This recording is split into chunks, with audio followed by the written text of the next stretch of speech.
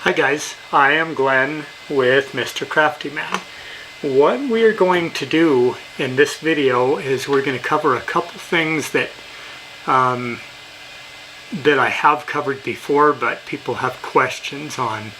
And probably one of the big issues that has been going on is the video that I made where I tell people exactly everything I did in detail. There's a lot of people that don't want to spend the time. I think it's like an hour and 4 minutes to watch the video, and they wanted me to make a condensed video, and I will do that, but I'll tell you, you're missing out on a lot by not watching that full 1 hour and 4 minute video. I mean, if your life is not worth an hour and 4 minutes, that's fine. That's up to you, but I'll go ahead and I'll make this video. But I don't want to have any questions on this video regarding how did I do anything. If you have questions, go back and watch the hour and 4 minute video. Something else that I've gotten a lot of questions on is the shake that I have. I've had multiple people. We've been making these videos long enough now that most of you have received your Stop Kidney Disease food guides. And your Ketorina or Albutrix. And as long as we're talking about Ketorina or Albutrix, let me mention something. I don't receive any money from either of them. I'm not endorsing either of them. I've used both of them. I think they're both probably about equal. The only reason why I went with the Albutrix is because I was actually able to get hold of them on the phone and talk to somebody. I had a comment, I believe it was yesterday, somebody that called the owner of Albutrix and started asking questions about Ketorina, and they said he refused to give them answers. Yes, that's true, because he's not going to talk about his competitor's product. He wants to talk about his own product. If you would have asked Lee Hole about Albutrix, he would have stayed on the phone with you for a half hour or so talking about it. So let's talk about the shake first. The reason why we have these shakes is when you're on a plant-based diet, it's very hard to come up with your calories. And the way that we come up with how many calories we need is we are not looking at our current weight, we're looking at the weight we want to be, our target weight. I wanted to be about 155 to 160 pounds. Right now, I am, let me see if I can get far enough back, I'm 155 pounds. So I'm not a big guy. And I'm down from like 210 pounds. So what I did is I looked at the target weight I wanted to be, and then I went on Google and I said, Google, how many calories does a 155 pound man need to eat to maintain weight? And I believe mine was something like 2,300 or 2,350 calories a day. Well, I began experiencing something that a lot of you are experiencing now, and that is trying to come up with those calories. You're telling me that when you go through the food guide and you start adding up the calories of meals, you're just not able to make it. And I had the exact same problem. So before I get into the shake ingredients, let me tell you a really, really good source of calories is virgin olive oil. And virgin olive oil, I mean, there were times where I would take a shot of this just to get the calories, but this here, you can cook with it, you can add it in your shakes if you'd like, you can put it on your salads. And this here, 1 tablespoon has 120 calories in it. So you can see how quick that adds up. If you're a little short on calories, this is a really good source of it. But what I want to do now is I want to get into the shake. And I'm going to show you some ingredients here, and I'll tell you how much of these ingredients I put into my shakes. And I have 2 shakes a day. My shake in the morning has got the nuts in it. The shake in the afternoon does not. So one of the things that I put in, see if I can do this without getting a glare on it. And I'm going to zoom in here. And this here can be found on the Asian food aisle in your grocery store. And what this is coconut cream, and it's the unsweetened. You don't want to get the regular one because the regular one is sweetened, but let me tell you what's inside of this. 2 tablespoons has 60 calories. This here has 0 cholesterol. It only has 10 sodium. It has less than 1 carb, so that's why I drank this, is because I'm diabetic and I need to avoid my carbs. And it has less than a gram of sugar and 0 added sugars. Protein, 0. This is really, really good for us as kidney patients because we need to watch our protein. I like to save my protein for some food that's going to be enjoyable for me. So what we do is we are going to put in,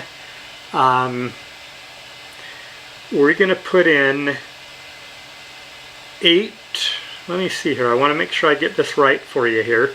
We're going to make 480 calories out of this here.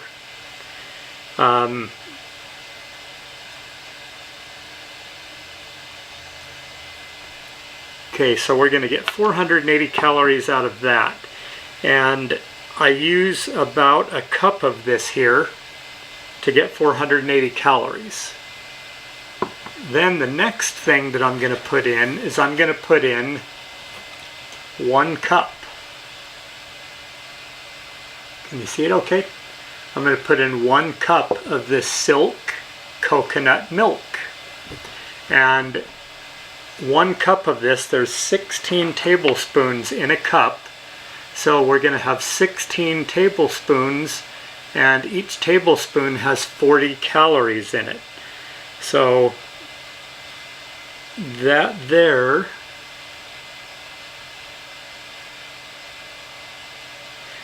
is going to come out to 640 calories.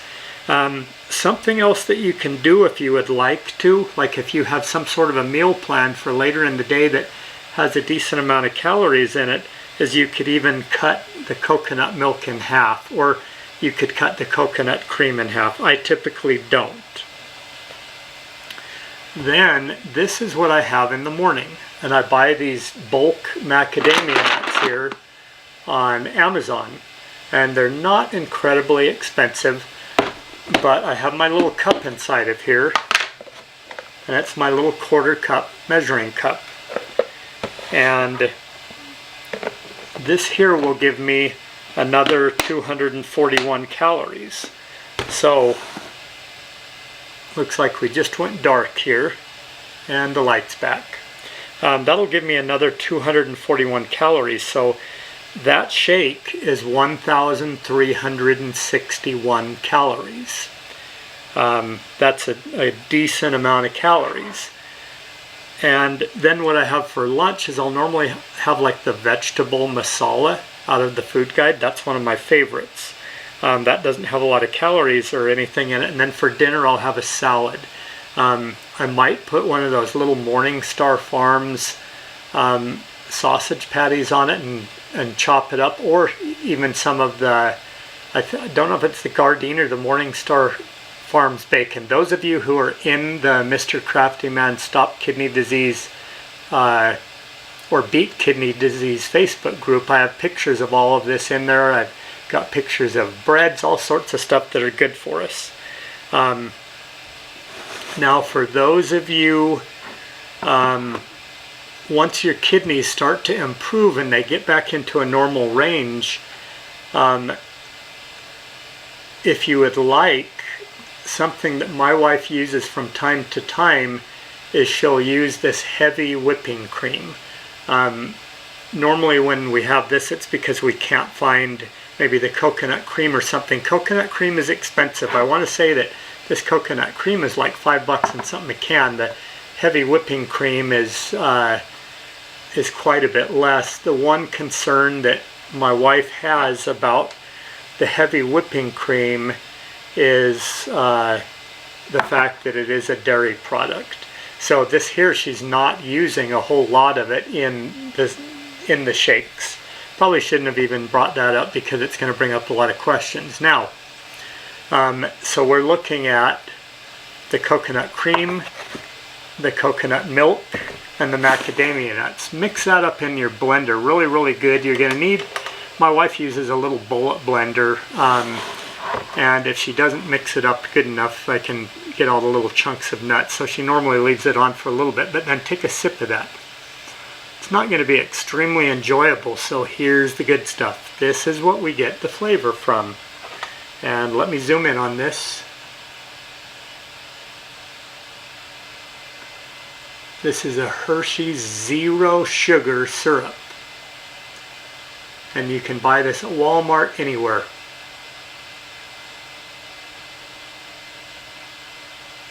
And let me tell you what's inside of it. It has 5 calories per serving, and a serving size is 1 tablespoon. It has 0 fat. It has 0 saturated fat, 0 trans fat, 0 cholesterol. It does have 30 sodium. It only has 2 carbs. It has no fiber. It has no sugars. And it has no protein. So you'll get a couple calories out of it, but it's going to add some flavor. My wife probably puts about 2 tablespoons into my shakes. Okay, so that's that. Let's get that out of the way.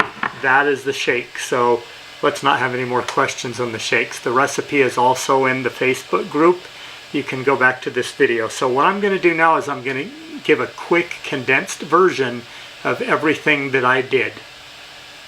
So what I did immediately is I went on a plant-based diet.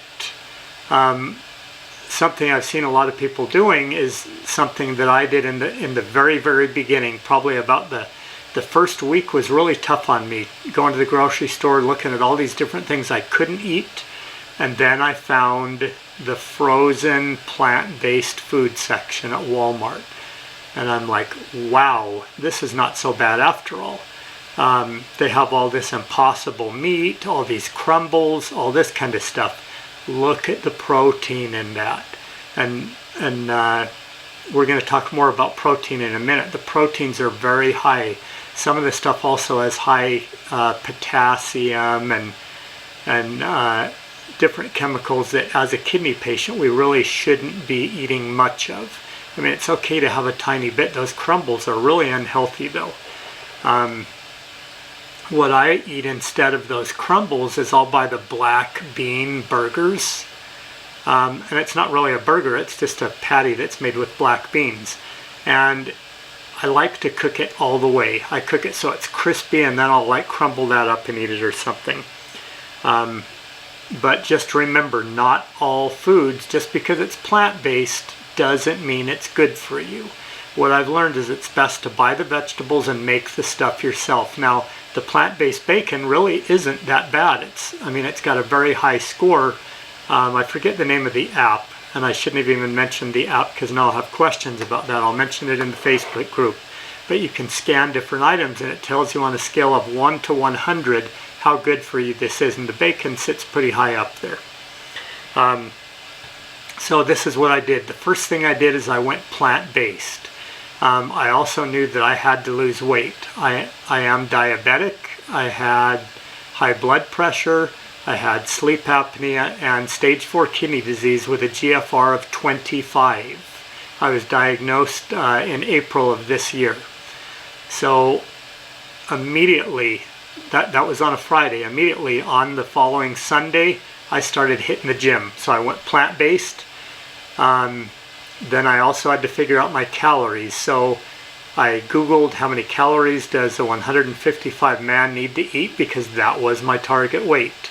So I was eating for my target weight instead of what a 210 pound man would eat, and the weight naturally fell off because I was creating a calorie deficit. Once I reached 155, 160 pounds, since I was eating that number of calories, I stopped losing the weight. Okay.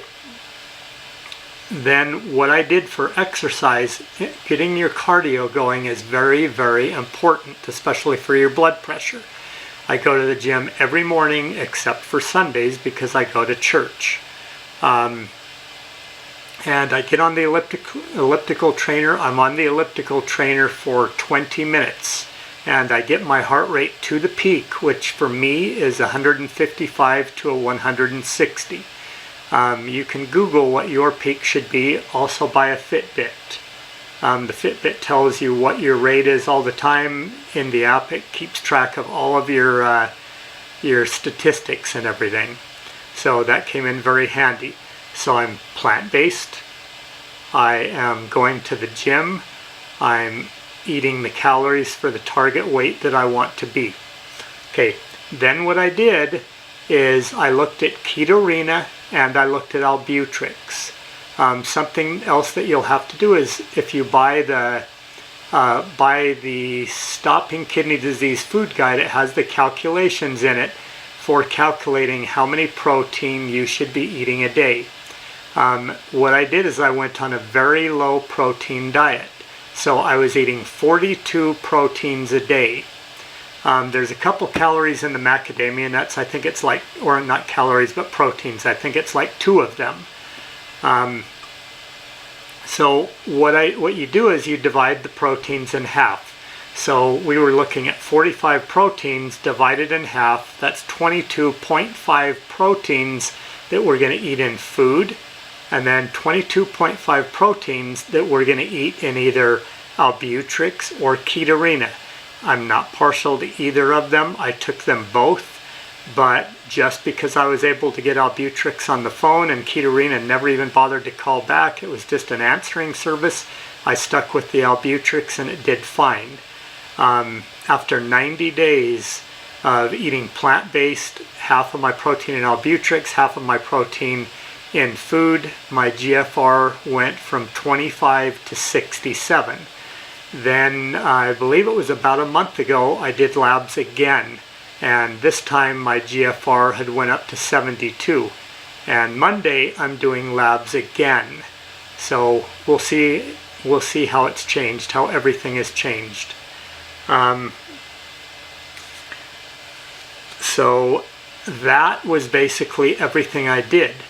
I don't want to say it's hard. For me it wasn't hard. I've got a t-shirt, and on this t-shirt it says, "It's not that I can and others can't." And then on the back of it it says, "It's that I will and others won't." Something I've heard a lot of in the comments for these videos is, "That's not sustainable." Sure, it's sustainable. If you have the discipline, yes, it's very sustainable.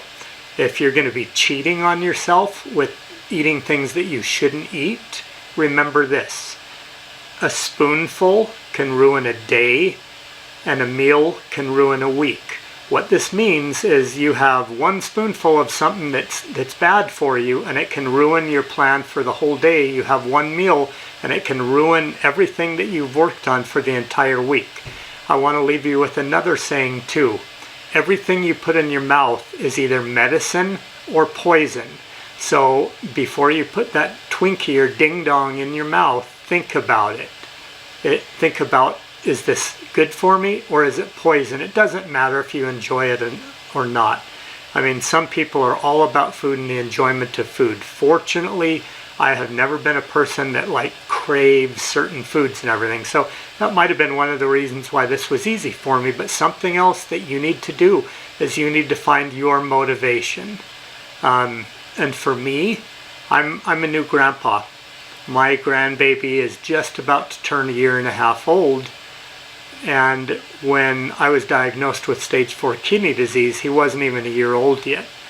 And I would sit there watching my wife feeding the baby and playing with him. And at that time, I mean, with kidney disease, I mean, I didn't even feel like I wanted to touch him. I didn't even want to play with the baby. So was one of my motivations. And I was having visions of my family standing around my deathbed. And I wanted to live. My family works with me every day. I wanted to be able to help support my family and be there for my family. So that was my motivation. I did not want to die. I did not want to leave my family. So you need to find your motivation, something that'll make you tear up, that you don't want to leave, so that every time you think about quitting or you think about cheating or something, think about that.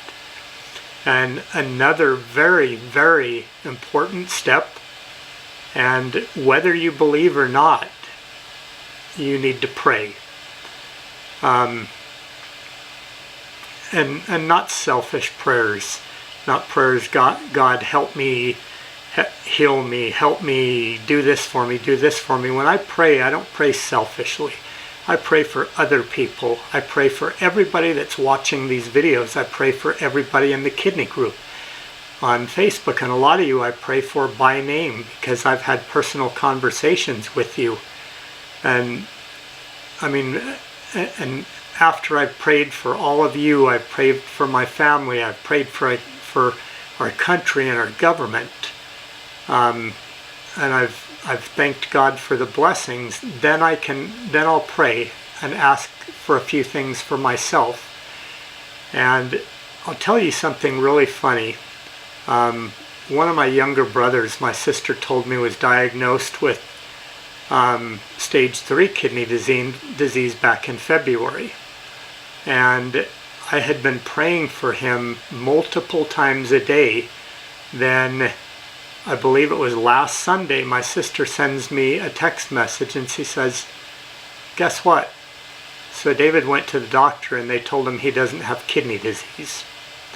So this is a guy who hadn't been doing anything to improve his health that I know of.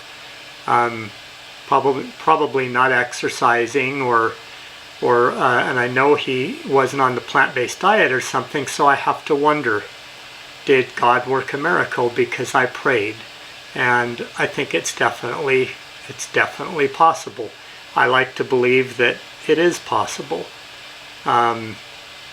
So he also has fibular lymphoma, so I'm praying for that to go away also. So that's very, very important, I believe. Now when we pray, we don't just pray and ask for something and sit and wait for it to happen. I don't believe that that's the way that God always works. I think the only thing that God will give you when you ask is a good wife or a good husband. Pray for it and wait for God to send it to you. And I got mine. We just celebrated our 33rd anniversary. Everything else, I mean, you can pray, but don't sit and wait. Different opportunities come along, and when those opportunities come along, take those opportunities. That could be God's way of speaking to you and helping you. Some of the people in the group I'd spoken to the other day, I had to go to the emergency room on Wednesday night. I had something going on for almost 2 months. I didn't know what it was. About every week and a half to 2 weeks, I started getting these poking needle pains in my back. And then I started itching everywhere. My head would itch. I didn't have any hives or a rash anywhere. And then my legs would just, like below the knees, would get extremely painful. As soon as I would kick my feet over the legs of the bed and put them on the floor, they would just start throbbing. And this happened, I think, a total of 5 times since the beginning of October. And the one thing that brought relief to me was I have a hot tub. I would go out there and jump in that hot tub, and it was like a miracle. As soon as I got in that hot tub, all of the pain was gone. Instantly, I felt normal. I'd get out of the hot tub, and about a half hour later, it would start coming back. So I'd be back in the hot tub again. And during these flare-ups, which would last 2 to 3 days, I was probably in that hot tub about 8 to 10 times in 24 hours. I was having problems even sleeping. And I had no idea what it was. It was causing my blood pressure to rise. It was causing my heart rate to rise. My blood sugar was even going up a little bit because of it. And the reason why is because when your body is in distress, it starts creating hormones which start raising the glucose, raising the heart rate, raising the blood pressure. And before I tell you the rest of the story, I want to show you something. For those of you who had messaged me saying you just wanted the condensed version, what I did, you can stop watching the video now if you'd like, because I'm going to go on a little bit here.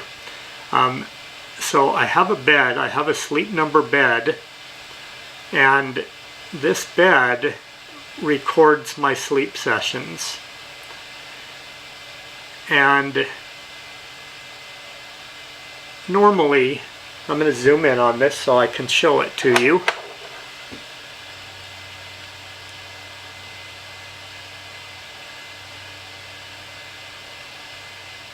So these red areas here, those are areas where I actually got out of bed. So on this one here, you can see that I got out of bed one time, probably about midnight. The orange areas are areas where I tossed and turned a little bit. So that's a normal night. Now what I want to show you is I want to show you a night where one of these flare-ups first started. So you can see a little red there, some tossing and turning. This was the first day of the flare-up. The first days were a little bad, not horrible. So I'm going to show you what happened on Tuesday night into the day on Wednesday. I couldn't go to work because I was so sick. Now look at the red areas.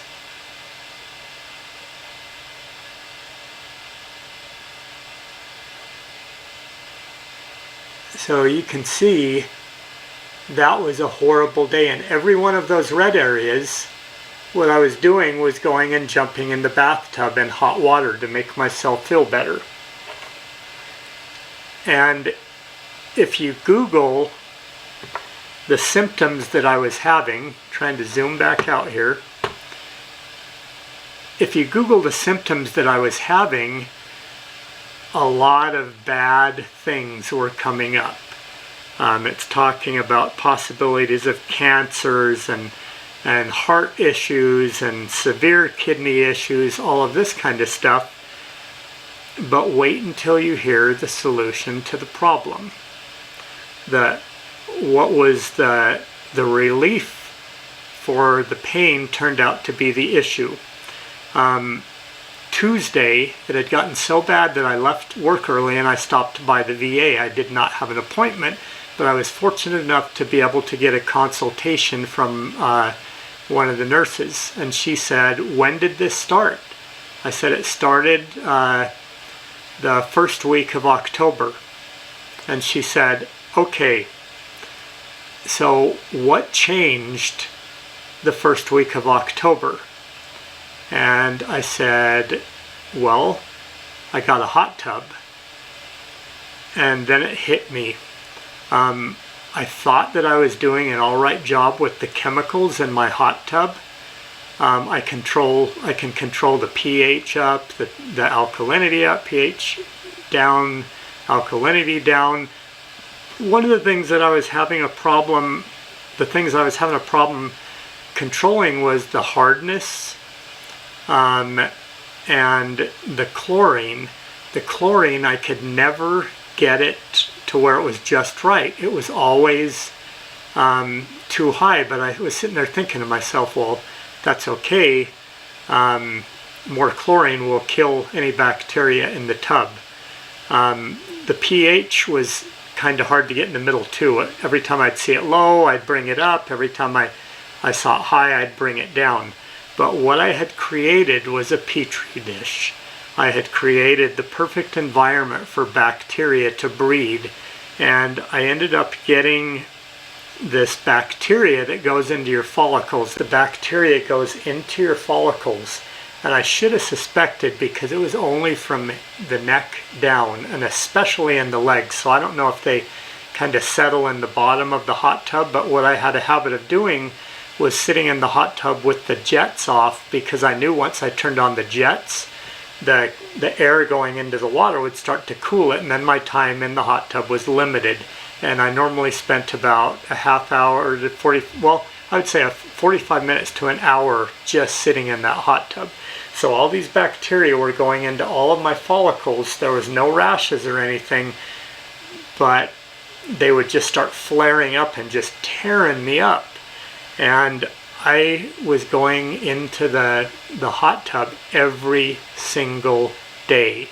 So I was keeping this going. So like I said, in the beginning this would last 2 or 3 days, then I was fine for a week, week and a half, then here it comes again. And each time it came back it was worse and worse. So then anyway, Wednesday, I was in a lot of pain. I did not sleep for probably almost 48 hours. About the time my wife got home from work, I was in so much pain I couldn't stand it. So my wife went to, I think, to Walgreens or something, to the pharmacy. She came home with these, with different sprays and lotions and creams, and none of it was really working. Some of it even started hurting worse. So then come probably about 6:30, the pain was extreme. I was like holding on to myself, rocking, screaming. It hurt so bad. And I told her, I said, we need to go to the hospital. So I figured we would stop by one of those urgent cares. We go inside the urgent care. I didn't even get dressed all the way, by the way. I had on sweatpants and the zip-up jacket with no shirt or anything on underneath it, and I think some flip-flops. We walk into the urgent care, and they said, well, we've got about an hour wait. And I kind of explained my situation to her. I was in a lot of pain. My heart rate went up to 136. My breathing was not right. She said, well, let me go get a nurse. So then the nurse comes out, and he says, so what's going on? And he could see me also, what was going on. And he says, well, we've got about an hour wait. And I said, I can't wait. I said, I'm going to have to go across the street to the hospital. So I go to the hospital, walk in, the emergency room is packed. And they said, well, we've got a 2-hour wait. I said, I can't wait that long. And they took me back into this room to do my vitals and everything. And before she started doing my blood pressure and everything and blood oxygen, she said, what's wrong? And I told her, and she said, well, I think we need to put you in a decontamination shower. And I said, believe me, I don't need the shower. I've taken probably 12 to 20 baths today trying to relieve this. She says, well, we can't triage you unless your vitals are abnormal. And I looked at my Fitbit and I said, well, my heart rate's at 136 right now. She said, well, let's put the cuff on the other arm. So she put the cuff on the other arm. I don't know exactly what my blood pressure was because the device was behind me, but whatever it was, she immediately took my paperwork, put it in a red folder, and she told me to wait in the waiting room. And I said, I don't have time to wait. I need to go. I need to take care of this. And then I said, don't you guys have triage here? And she said, yeah, we triaged you. And for those of you who don't know what triage is, you probably didn't watch MASH growing up. But what it is it's a way of prioritizing different issues people come in with. So like if somebody comes in with a cold, they're going to get seen last. They're probably going to wait that full 2 hours, maybe longer, but if somebody comes in and like physical distress, having a hard time breathing and in as much pain as I was, screaming and rocking back and forth and everything, so that everybody in the whole emergency room is watching you, you're going to get in first. It's kind of like the squeaky wheel gets the most grease. and my wife overheard one of them saying I was being annoying, so they just wanted to get me out of there. At that time, I don't care. I didn't mean to be annoying, but I was, and so they got me back there. I typically do not like shots, like injections. So they gave me like this handful of different pills, and then I said, "Is that a needle?" And he said, "Yes." I said, "I'm deathly afraid of needles." And he says, "Well, I'm not going to force you to have it." And by that time, the pain had kind of subdued a little bit, because it would come in waves. It would get a little better, then get worse, get a little better, then get worse. So I said, "Well, I know I told the doctor I don't want any opiates, but if I have to take opiates for a couple days, I guess I'll do it."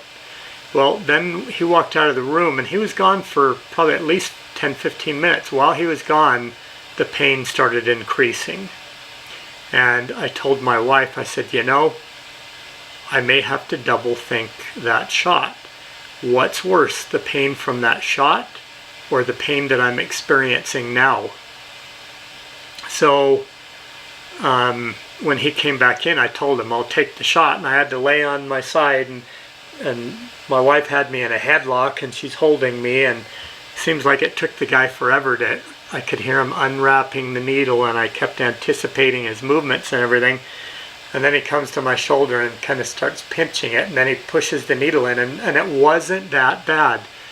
It never is. I just think it's going to be. But as he's pushing the needle in, I just barely felt some pressure. But then when he starts injecting the medicine in, the pain was just this dull ache. I hated it. And it took him forever to get the medicine in, and then when he pulls the needle out, it just started burning so bad. And I asked him, "How long is this going to take effect?" And he said, "Oh, probably about 30 minutes. Well, it didn't. It probably took an hour and a half. And I had time to get checked out of the hospital, go to the pharmacy, get my medicine, drive all the way home, and I was still in so much pain, so I filled up the bathtub, jumped in the bathtub. Well, while I'm in the bathtub, I looked down at my legs, and I thought I saw something on my legs. So I'm sorry about going on. Those of you who have nothing better to do can sit and listen. The rest can go. But I pulled my leg up close to my face, and I started looking at the skin, and it looked like there were these designs and patterns on it. And it looked like it was like a medieval road map or something. So I pulled my leg closer so I can look at it. I wanted to see what this was a map of, because the lines were just so fine and everything, and I couldn't read it. I didn't have my glasses on, so I called my wife. I said, "Hey, come in here." And she comes in. I said, "Look at all these lines and patterns." I said, "What is that? What does that say?" And she said, "I don't see anything. It looks just like where you've been scratching yourself or something." So then I picked up the other leg, and I pulled it over, and I'm looking at it, and I see the same thing. I never thought to ask for my glasses. And I said, "Well, look at this one. It's on this one too." And it was all around. It was on top of my feet, on the sides of my legs, and everything. And she said, "No, there's nothing there." And that's about the time I stood up out of the bathtub, got my towel, and started drying off. And I realized that whatever it was they had given me a shot of had kicked in, and I felt like I was stoned.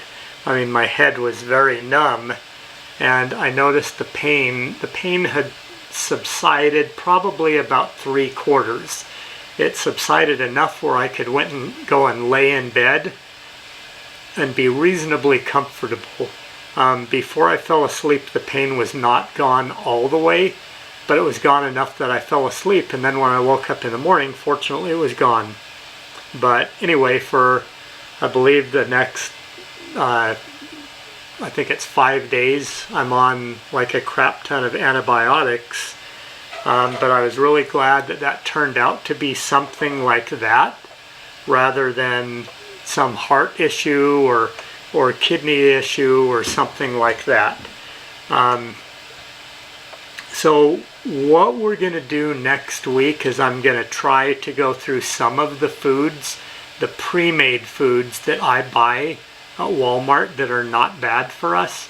And like I've said in the past, I've got kind of a double whammy because I have diabetes and kidney disease.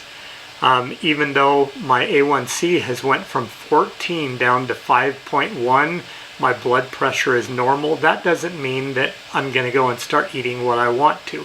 I still treat myself as if I was a diabetic. I wear a sensor on the back of my arm. I have my meter in my pocket here, so I can check at any time. That was one of the other things that I should have mentioned where I was talking about the things that I do. If you're a diabetic, get the Libra Freestyle 2 meter and the sensor. You can go online and you can get something called a Good RX card.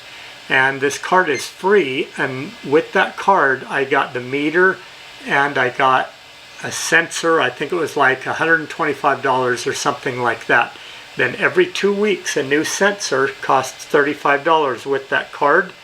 All you have to do is go scan it,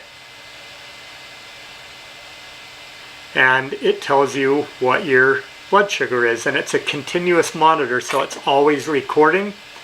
And since it's always recording, you don't have to prick your finger. You can eat something, and it normally takes an hour and a half to 2 hours for whatever you've eaten to kick in. So you'll start to see the spikes. How high is the blood sugar going from what you ate? And then you can sit there and think to yourself, you know, that might not have been a good idea after all. And then you'll notice that other things you eat, you might only have a spike of maybe 20 points or something, or no spike at all. It's still moving along, so it's very important. Please join the Facebook group. It's you can go to Facebook and just type in the search box Mr. Crafty Man's Beat, and as soon as you type that in, or Mr. Crafty Man, you'll see two groups. You'll see like a Mr. Crafty Man, and that's my group for the arts and crafts. If you go there and you're there for the kidneys, you'll see a link that's putting you towards the kidney group.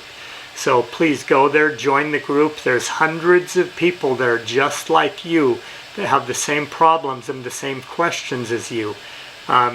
Just know that I own and operate 3 businesses.